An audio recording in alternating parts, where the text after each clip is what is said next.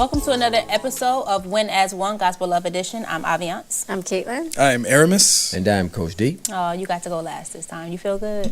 I went last time. Yeah, I know, but we had to kind of like wait it out to see if you was going to go or not. I mean, and we had to go like counterclockwise. Yeah, it was just a little. It's not about feeling good.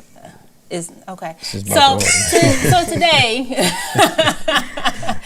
we're going to talk about we're going back to defining marriage again. So explain to us why this is important to go back to defining marriage again. I'm not quite sure, but you know, as we were going through our Coffee in the Morning Club, you know, obviously we kind of summarized our Coffee in the Morning Club conversation on our podcast, and we kind of go through everything that we discussed. And I think we talked about defining marriage on the podcast one time before. Mm-hmm. I'm not sure if we went through like we're going through it in Coffee in the Morning Club. And I mentioned it a lot in detail. I mean, not in detail, but in reference to other stuff. But I don't know if we've ever taken the time to really get into the importance of defining marriage and how most couples, when they go into marriage, they don't talk about like they don't define it.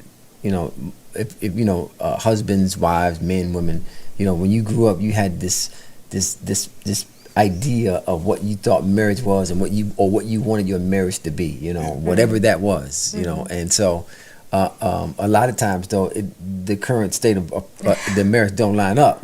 Right. Right. And I remember talking to a wife one time, and you know, her and her husband was going through some things, and you know, she just broke down, you know, this is not what I envisioned my marriage to be. I always thought my marriage would be this, and she just was going booing, and as I was listening to it, the thought came to me, one, I don't know how realistic her expectation was when it came to marriage, and two, the woman that you are currently wouldn't yield the marriage you dreamed of having as a young girl, right?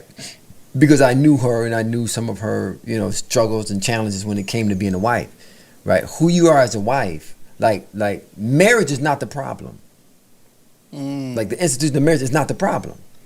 The people that are the under the umbrella of marriage, they're the problem. But marriage is not the problem, right? God has given us everything we need in the spirit of love and the power of love and the law of love to enable us to function under marriage.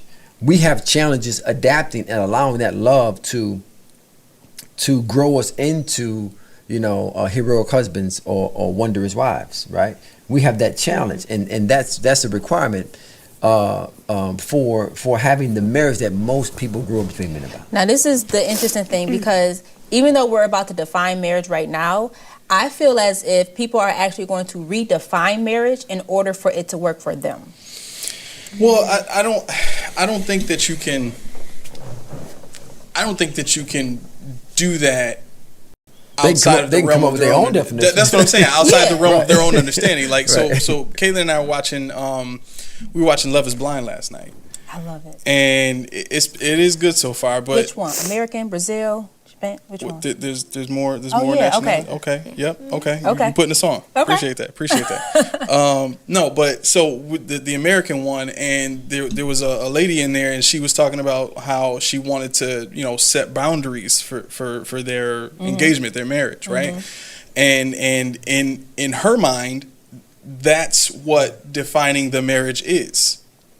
You see what I'm saying? It's all relative to their level of understanding. So for her, defining their marriage is establishing boundaries, which is wrong, because there shouldn't be any closed doors or anything like that in marriage, right? But the mindset that she had was right in a way. But it was only going to take them so far. You know, you get what I'm saying? It's just relative to her understanding.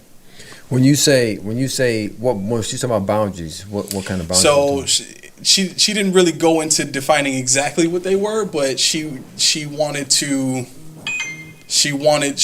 it to be known that there was going to be a standard set of expectation, behavior, areas that they made sure to respect. Just that's the kind of impression that I got from how she was saying it, is that she just wanted there to be an understanding of, how they would treat each other, what areas that they wouldn't, push or press on, or what areas that they would just have an understanding to, be easier in, and that kind of deal. And so that's kind of what got me thinking about what you were saying as far as defining marriage. I think that's perfect, because nowadays that is everybody's idea of defining marriage, is I have to set standards and boundaries, right, which is completely different from defining marriage. And there are some aspects or elements in defining marriage that have certain boundaries or limitations built into it. But what you're saying, I understand what you're saying now. Some people take that like their idea of boundaries is really their way of maintaining their space. Right. Right. It's really their way of being able to do what they want to do when they want to do it. Exactly. Right. That's their idea of a boundary. Okay, like when I get up on Saturday morning and I want to watch football, you can't interrupt that time. Yeah. So what you're saying is that they're basically still trying to keep their individuality. Yeah. Right. Yes, they're not, and what that does is that prevents them from moving into the goal of marriage. Oneness, right, which is oneness, and therein lies the prevailing wedge that drives a husband in one direction and a wife in another direction is when there's no moving into or toward oneness. Then you can enjoy the built-in characteristics of oneness, like when God said the two shall become one. Inside of that oneness is everything a lover is looking for. Inside of the oneness is everything a lover is looking for. Whatever it is that you envision as a young girl, whatever it is you envision as a man from your marriage, inside of oneness is everything that you desire as a lover or as a husband and a wife. And when you're not moving toward that, then you sense that this isn't what I thought. This is lacking this, or this doesn't have, our definition of marriage. Well, probably before you go into that. Yeah. Okay. So what I love is that I love how I see you and Leslie. Y'all have no space, and even no space. Right, they have no space. I don't allow. So even today, like when Leslie called and she was like, "What's the problem?" You was like, "What? Yeah. You ain't answer my phone call." And I just love it because it's like, hey, okay, whatever space you think you got, ain't no space. You better answer my call. What I love about that, and I hope my husband's catch this. What I love about that is for her to have the mindset that she can say that. Absolutely, I love it. It's like, yo, it's you like, ain't got no space. But I love the I don't know how I would describe that, but I love the confidence or the boldness, the audacity to be able to say that and say it in a way that, listen, you need to respond to me. Well, because you've done your job at that point. Right. Because you're supposed to confirm and affirm, and all of that stuff builds that confidence in her to feel like if she comes at you like that, there's not gonna be any love lost. Right. You know what I mean? Right. Like, it's just gonna continue on because you doing your job. Right. I love that. No, that's a great observation. But just, I don't know that I love that. It's like, as Emma just said, the culture that we've created has produced that way of thinking in her. Like, you have some relationships where the wife wouldn't dare call and approach the husband in that manner because ain't no telling what he might say to her. Right. But that's not marriage.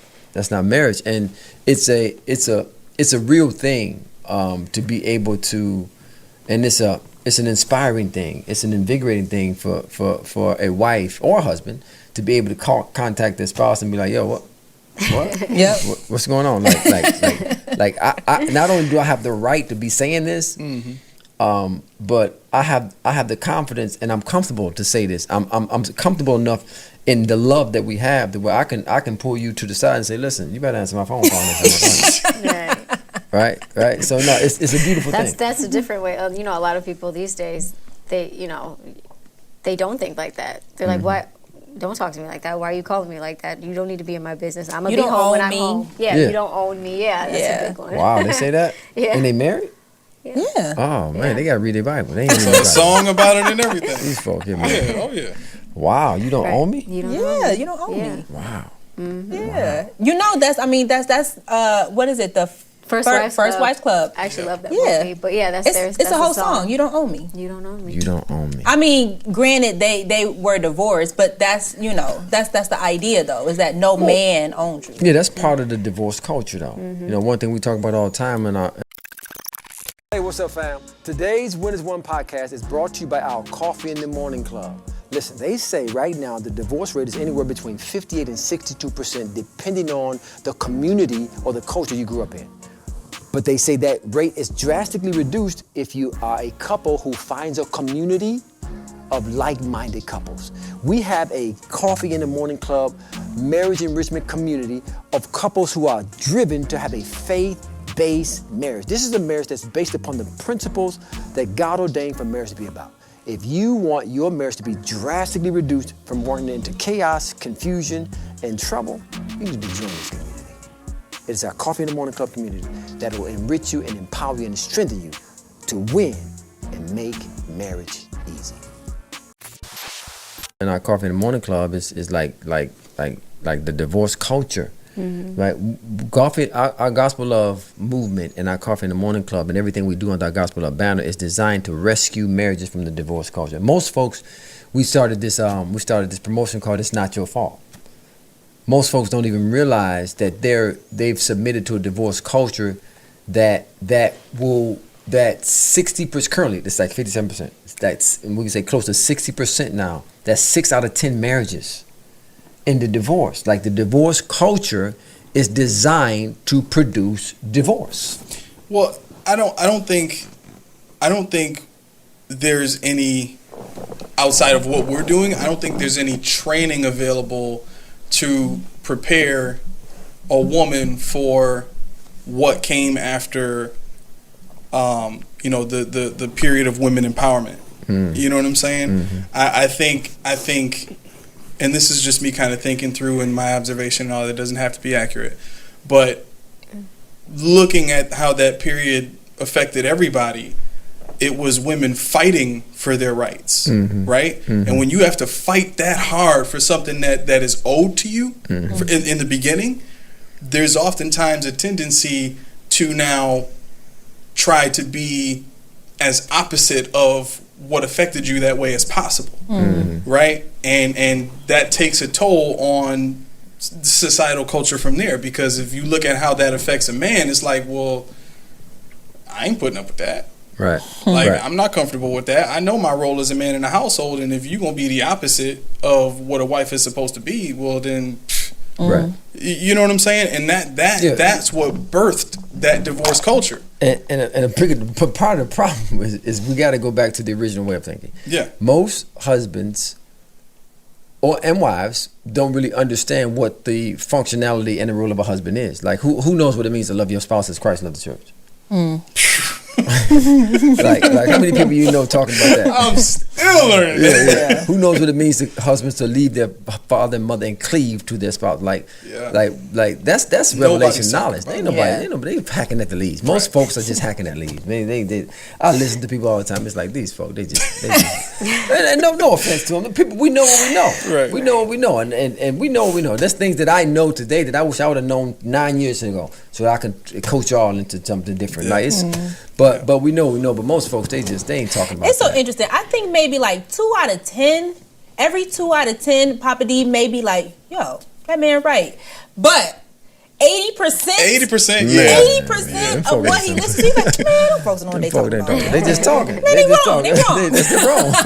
That's wrong. 80% of what he listens to is wrong. It's just, and that's just what it is. And that don't mean I know everything, but I know what I know. I know what I know. And it starts with the word of God. Yeah. And I mean, if you're talking about marriage, it's like, they just hacking at these. They just, but that's what they know. They've learned counseling techniques, and they know what they know. But see, you got to go to the source. You got to go to the original way of thinking. Right. And as a husband or as a wife, if you have expectations for your spouse, and you don't even know what you've never understood God's definition for a wife. You never understood God's definition for a husband. You never understand God's defining of what marriage is supposed to be. And God is always about defining things. He's given everything definition because there's power in that. There's clarity in that. There's conciseness in that. There's functionality in that. There's limitations in that. There's freedoms in that. If you don't understand the definition of marriage, then how are you talking about what somebody's supposed to be? Right? Most husbands aren't really looking for a wife. They're looking for a mama. Yeah, come on. Right? They're looking for a mama. They're not looking for a wife. Does definition directly reveal purpose? Yes, definition. So when we look at how we define things from God's perspective, we got to look at how Adam first named the animals. Adam's naming gave definition. It also revealed purpose. It also revealed function. Right? When you look at a giraffe, Adam named the giraffe according to what he saw the functionality and the purpose and what he was called, or what the giraffe was supposed to be, and how it was supposed to operate in the earth. And that's how everything is. When Adam got his ability to do that from the image and likeness in which he was created. When we go all the way back to the beginning, really creation was about God giving definition to the things that was created. Right. It was about giving definition. The idea of light means to illuminate. It means to animate. It means to bring alive. It means to cause to function. That's the idea of let there be light. He gave definition to the chaos. He brought clarity. He brought clarity to the chaos. Some of the things that definition does is it when you define it, it brings clarity. It gives meaning. It gives value. It creates boundaries. It gives character. It gives purpose, direction, and function. And when in the beginning, when God saw that, when God did that, it was like, the earth was without form. That word form means to be confused and chaotic and empty and desolate, right? It was to go to a waste area. It was without purpose. To be void means to be without purpose. When God said, let there be light, it gave character and animation and purpose to creation. So when you define marriage, what are you giving it? You're giving it purpose. You're giving it function. You're giving it definition. You're giving it, limitations. You're giving it freedoms. You're giving those things. And even in what you were talking about, in defining things and God giving it limitations and boundaries is not for my benefit. More when we do it, like as you described, it's more for my benefit. Right. But when God gave the fish boundaries, it was for the fish's benefit. Right. Right?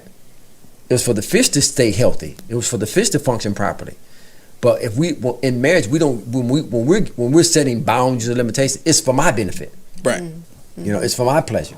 Because I still want to keep a lot of the same stuff that I was doing before. Right. I really, if we really want to be like in your face about it, I really want to maintain the privilege of being single while I'm married. That's it. I mean, that's really what it comes down to. Folks really are about staying single more than they are being married, right? And you say that to people that they ain't ready for that.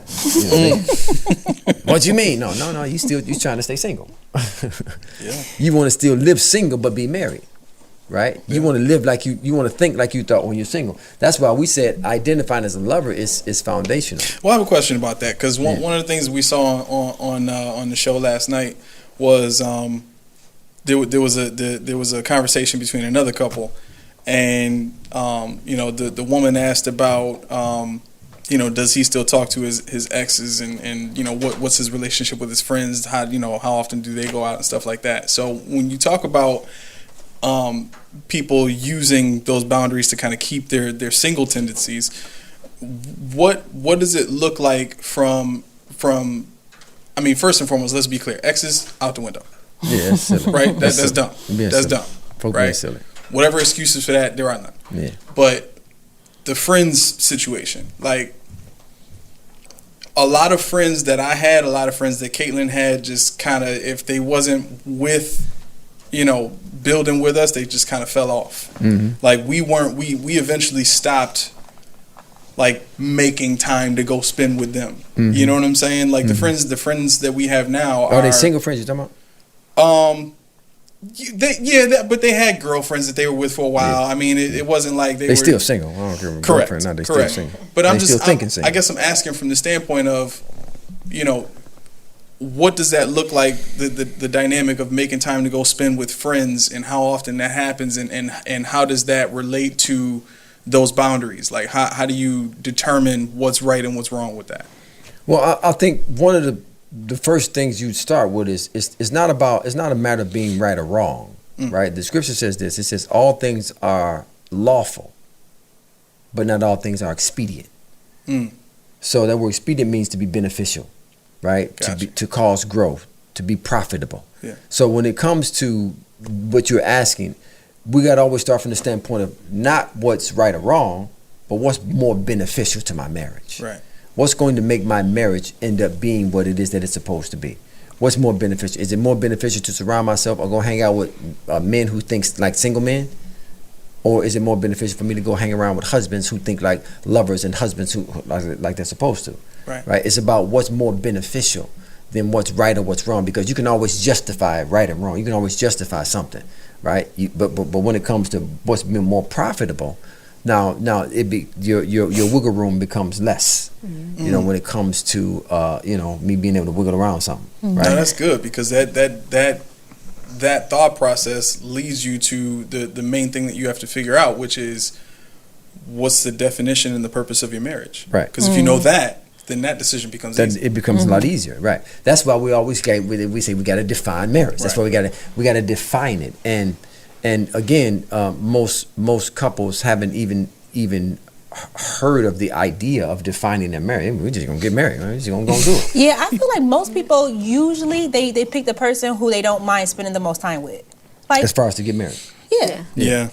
Like, I would like to be around them a lot. That's a whole nother conversation. Why people pick certain people to get married. I mean, I just don't believe in that concept. I don't believe just picking who you want. You don't believe in that? Just picking who you want to pick to get married. No, that guy got to be in that thing, man. Yeah. It can't just be I like the way she do this. I like the way she said this. Oh, let's get married. No, man, that ain't how that thing work. Bible says a threefold cord. It's not easily broken. See, the reason you have folks getting married is you only got twofold cord, because ain't no God in it. Ain't no God in it at all, right? When you have the Spirit of God as the primary cord, and you wrapping yourself around what the institution of marriage was and what's the definition of God's definition of marriage, now that threefold cord becomes unbreakable. You said something on the previous podcast. It might have been when we were talking about identifying as lovers, and we were breaking down the details of that. And you said when a person has that mindset, when they understand that, it's so much harder for them to get divorced. And I said, that's exactly right. When you identify as a lover and you understand the power that's connected to that, when you define marriage, and when you get together and you define marriage, we're meeting with couples now and we're going through the definition of marriage, and it's fascinating to me how fascinated they are when you start talking about defining marriage. It's like a deer in the headlights. Like what? Like what are you talking about? No, but that's what we have to understand. Everything was designed to be defined. And when you don't have definition, you have chaos. You have unfruitfulness. You have confusion. You have purposelessness. You have people lost, right? You have a wife don't know without a vision, without definition, there's a collapse, there's a breakdown, there's disruptions in the flow of what marriage is supposed to be, which eventually ends in divorce. So this is the interesting thing. So I did a story. I wanted to know people's thoughts. I said, do you believe that the church prepared you well for your marriage? Nobody responded yes. Nobody. And I think it's just so interesting. There go that face. What have you done, Ivy? What have you done? I just think it's so interesting because honestly, and maybe this is another question I want to ask, but when people get married in a church, I feel like they may have a sense of my marriage is now blessed. God blesses it. And whatever happens from there is God's will. I did it in front of God, and now yeah. God is in the midst. So now we're set free. That's stupidity. I call that stupidity. That's stupidity. But this is the thing, no, Papa D. But that's what they get from the pulpit. Right, because they people that think. Lead thee. What did God? Jeremiah's message was to the nation of Israel, and God told Jeremiah, said, "The folk y'all following, It's causing you the error. He was talking, Jeremiah, go tell the people, these religious folk y'all following is causing you, they that lead thee cause thee the error. That's what God told Jeremiah to tell the people. That same message echoes, sentiment echoes today. As we were alluding to earlier, just listen to some of the folk we're talking about, they got 1 million followers and they talking about, go just whoever you pick to marry. What? That's the first problem right there. Like, God got to be in that first and foremost. And they saying all kind of stuff. It's just, but people are following them because we don't know better. Right. They don't know better. They're going to follow that stuff. Right?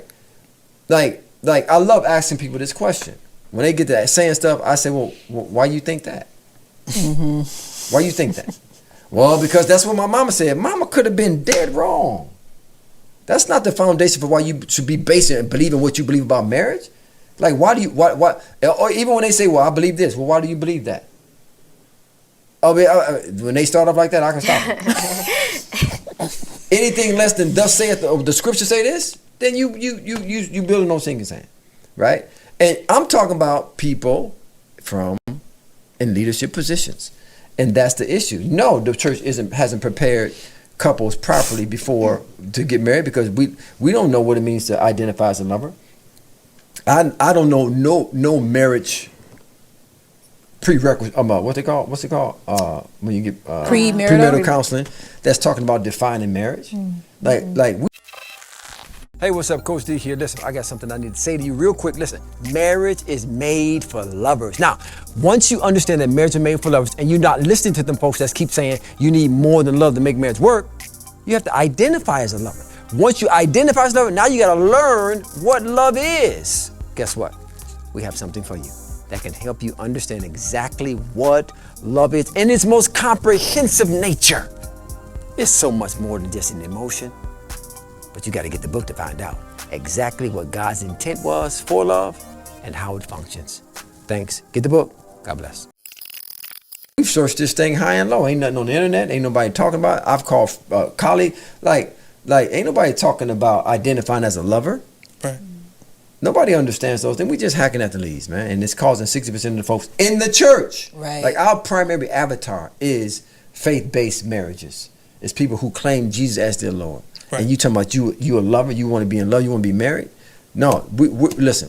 What we're serving the community now, the marketplace, it's gonna revolutionize what we call premarital coaching. We don't call it counseling, we call it premarital coaching, and then we call it sustaining your premarital flow by entering into our Coffee in the Morning Club community. So question. So when we present this to people and when we sit them down and say, define your marriage, do you feel as if this may actually be a detriment to some marriages? Because they're like, you know what?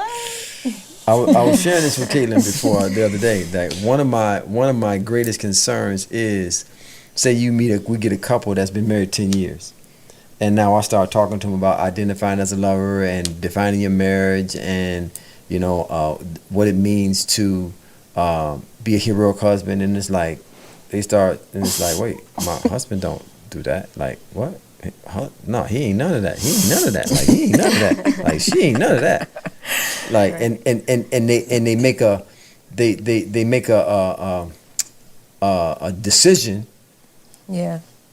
And they take a certain perspective, and it's like, wait, don't panic. Right. Don't panic. Right. That's not why we told you that. No, don't panic. Don't use that as a tool for you to distance yourself. Don't but yeah, that's going to happen.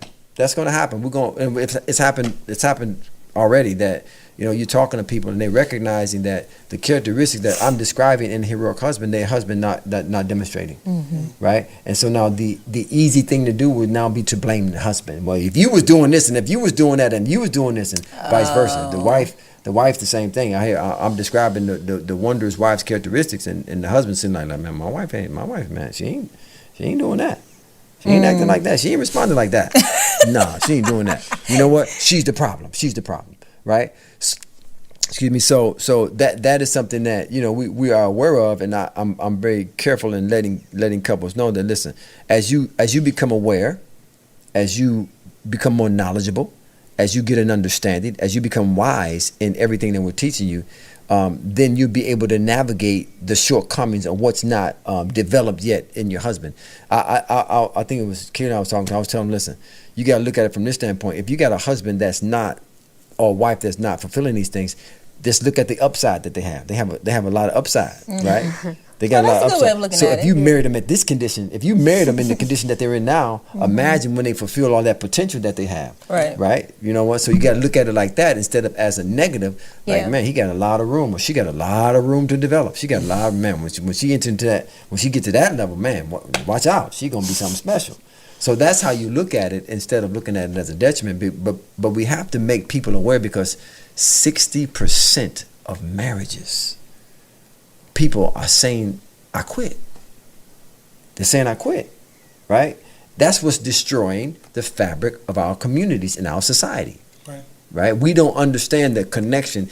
God intended the marital, the marriage, the institution of marriage to be the foundation for which our society, or let me say it like this, families are built upon. Communities are built upon families, right? Communities impact, communities build nations.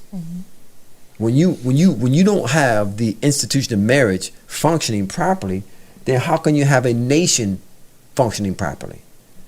It just won't work. And what we're getting at is giving people a definition, which we got to mention. We're running out of time here. Giving people a definition for marriage that's functional, that's empowering, that's going to help them to fulfill their respective roles as a husband and as a wife. And we might as well dive into that now. The definition that we want to give you guys is not working properly. So, Kate, do you have to go hit something? Yeah, I don't know what's the problem there. What do you want me to do? Just the arrow button at the bottom. Yeah, we should be good now. Yeah. So we want to give definition to this is the as we pursue God, as we sought God, and we wanted to know. Look, we want to know a definition that's functional and that matters is, and this came forth. It says marriage is God's desired mechanism for a husband and a wife to experience and enjoy the intimacy, pleasures, power, and purpose of oneness. So when you talk about defining marriage, we're talking about giving definition to how a marriage functions and how it flows in the intertwining between a husband and a wife. Is to experience and enjoy the intimacy, pleasure, power of oneness. Oneness is the goal. Inside of oneness is intimacy, pleasure, power, and purpose, all built inside of oneness. Now, if a couple is not on a path to oneness, if they're not on a road to oneness, then guess what will be lacking in their relationship? Intimacy, pleasure, power, and purpose. And you wonder why things aren't going the way you're going, because you're trying to maintain your single attitude and your single mindset and not make a connection with your spouse that's going to yield you intimacy, pleasure, power, and purpose.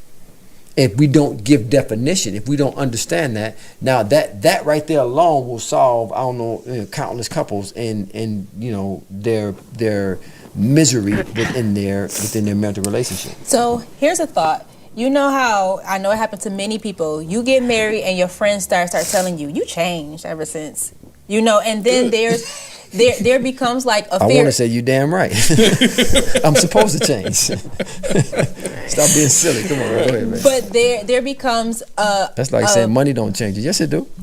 I'm sorry. Go back. I'm sorry. Go. I got something too.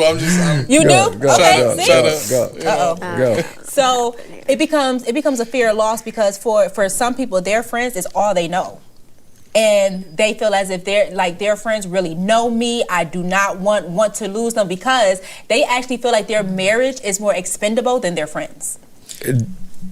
Go. You want to get that? Yeah. So if you really think about it, that speaks to how they identify themselves and who they identify themselves with. Mm-hmm. You see what I'm saying?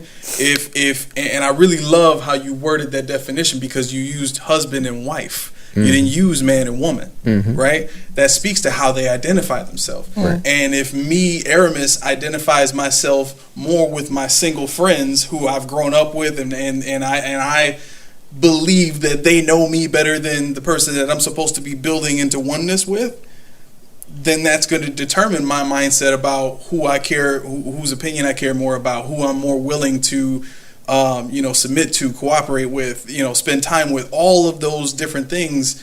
Like, I'm more so becoming one with my friends than I am with my wife. You see what I'm saying? So really, that's just a reflection of who they're identifying as and who they're identifying with.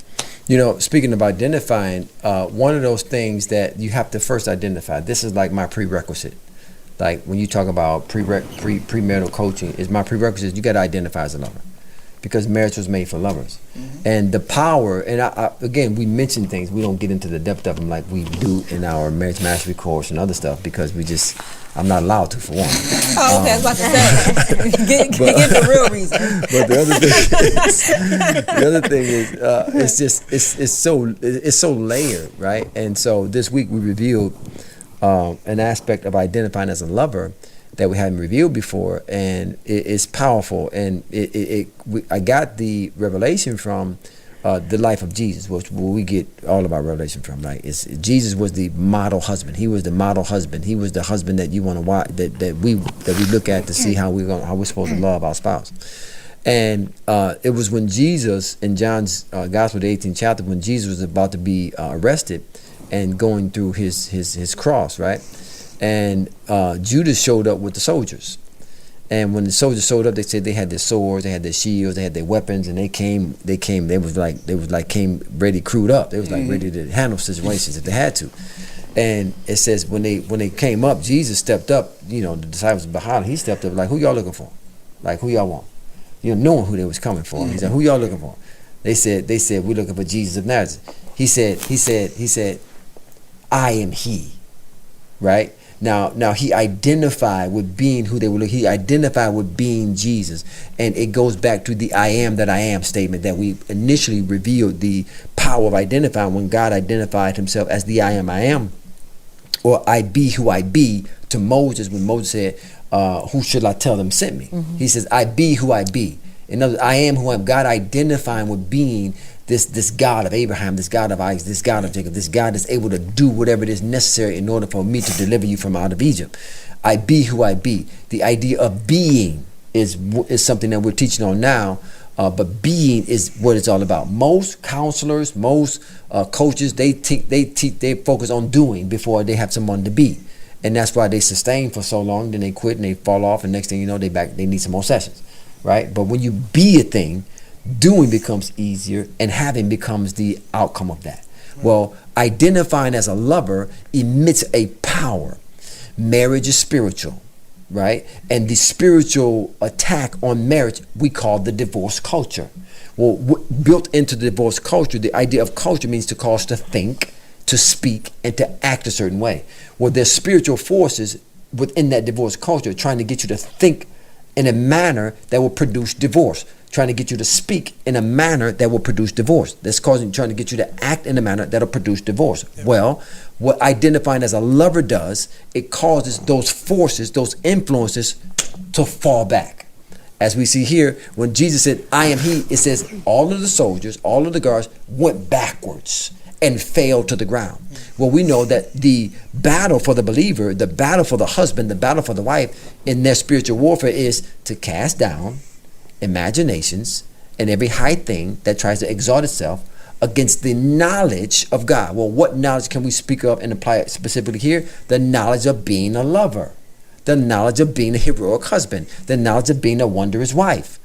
Right? That's the knowledge that we use to cast down, or the thoughts that come with the divorce culture, the imaginations that come with the divorce culture, the ideals and the ideologies and the way of behaving and the way of speaking that comes with the divorce culture. Divorce culture will say, when the wife calls you and say, why you didn't answer my phone? Why are you checking me like that? Don't be checking me like that. Don't worry about that. What is it? What you want? Right? That's what the divorce culture will tell you to say. But the culture of love and the kingdom culture, it don't tell you, you don't speak like that. Right? That's not. It thrills my heart that she has the confidence to call me and say, "You better answer my call next time I call you." As you said, that means I'm loving right. Yeah. That means I'm loving right, because there's a boldness that comes when you're loving people the way you're supposed to love them. There's a confidence that they have that that they can be free to address and say certain things to you when you're loving them properly. Well, when Jesus said I am, when he identified with who he was, he dealt with those men who showed up with the mind or the thought to arrest him. He had to allow them to arrest him, right? We have to allow the divorce culture's influence into our marriage. How do we do that? By not identifying with who we are. By not identifying with being a lover. Marriage was made for lovers. When you identify with being a lover, you cut off certain aspects of thoughts, and as you said before, when I identified as a lover, listen, I call my boys, listen, man, don't call me no more. I'm not hanging out like that. I'm not going to the strip bars anymore. I'm not doing none of those things. Because I identify with being a lover. That's not what lovers do. But if I was to continue to hang out with those guys, if I was continue to be around them, it would just be a matter of moments before I found myself back in that situation. Hence, Coffee in the Morning community. We have a community of marriage, of couples who are growing into marriage mastery. It's an opportunity for you to surround yourself and be around couples that are about enjoying and experiencing the intimacy, the pleasure, the power, and the purpose of oneness. Like, that's the goal of marriage. Built into oneness is everything you can desire as a husband and a wife. And the community is designed to help you understand that, give you an opportunity to see and behold, because we know that as human beings, we were designed to model behavior. We model what we see. We behold what we behold, we become. Right? What we see happening. I'm running around with my 2-year-old grandson, and my how old is baby? She ain't even a year old yet. Like 8, 9, 10 months. Well, she just started walking. Well, last night, me and Rockman, we running up and down the hallway. She stood there, she watched us run up and down the hallway. She just watched us. She just stood there, she was watching us race up and down. We got like a long room we run through. She was just watching us, right? Then I was running I was chasing him into the bedroom, turned the corner. Next thing I know, I hear these little feet pattern down the hallway. But they were moving a lot faster than what they normally move. What was she doing? She was trying to mimic our running. She was trying to run now. At not even 10 months old, right? She beheld us running. She just stood there and watched us running. She was just watching. She watched the little brother. She was just sitting there watching. We went like 4 or 5 times. Next thing you know, I'm in the room. I hear these little feet coming down the hallway. And it was funny, and the mama came running. Look at her, she's trying to run. She's mimicking the behavior. Same thing happens as adults. We get married, right? We need to be around couples who are striving for marriage mastery. We need to be around wives who have entered into that wondrous zone. We need to be around husbands that's tapped into that heroic zone, and we'll see them responding the way they respond. So I know that we're going to have to end soon, but I would like to touch on something. All right, go ahead. According to 2 bars, right? Yeah. So I just want to hit on something personal for you. So I know that, well, people don't know, but Papa D has a lot of spiritual children. Yeah. You know, including us. How does it feel for you as a father that now that you have this knowledge and everything, how you can affect the children around you with their marriages and the generations? Oh man, it's the most wonderful feeling. Initially, it was I had to deal with it because I actually called everybody, but like when the Lord really started revealing this to us, both from the marital standpoint and the economic standpoint, I had to apologize to folks because I didn't know what I know now to the degree that I know it, and I wish I had known it because I could have put everybody on a whole different pathway, right? It's not that they're on bad paths now. It's just they could have been a lot further along, right? Because I know what I know now, and that was just a matter of positioning. But anyway, it feels wonderful to be able to leave a legacy of wisdom. What the scripture says, a good man leaves an inheritance to his children's children. And the idea of that is Solomon, who was the wisest and the richest man ever lived, he could only be thinking about 2 things: all the wisdom and all the wealth. The wealth leads to wisdom. To be able to leave a legacy of wealth when it comes to being a lover, and when it comes to being a heroic husband, and when it comes to being a wondrous wife, that's more gratifying than anything now. The whole idea behind sons and daughters is to grow them to the point to where they no longer need me, right? They they just need to call me. They don't need me to call me about every little thought and every little decision. They like they do now. They call me and they're asking for stuff. But it's a matter of me now not being concerned about them on their own now. I'm preparing you guys to live life and to live married without me. Because unfortunately, yeah, we probably have to stop here because I'm getting a little emotional about the thought of you not being around. So we're going to stop here, folks. But any last thoughts or questions or anything? Okay, awesome. Oh, send us out, babe. Thank you so much for joining us on this week's episode of Gospel Love. Wait. There's no cuts. One Gospel Love. Wait, is one Gospel Love edition. Are you emotional too, babe? A little bit. I know. No. Everyone enjoy the rest of your week, and we will see you next weekend. Yep.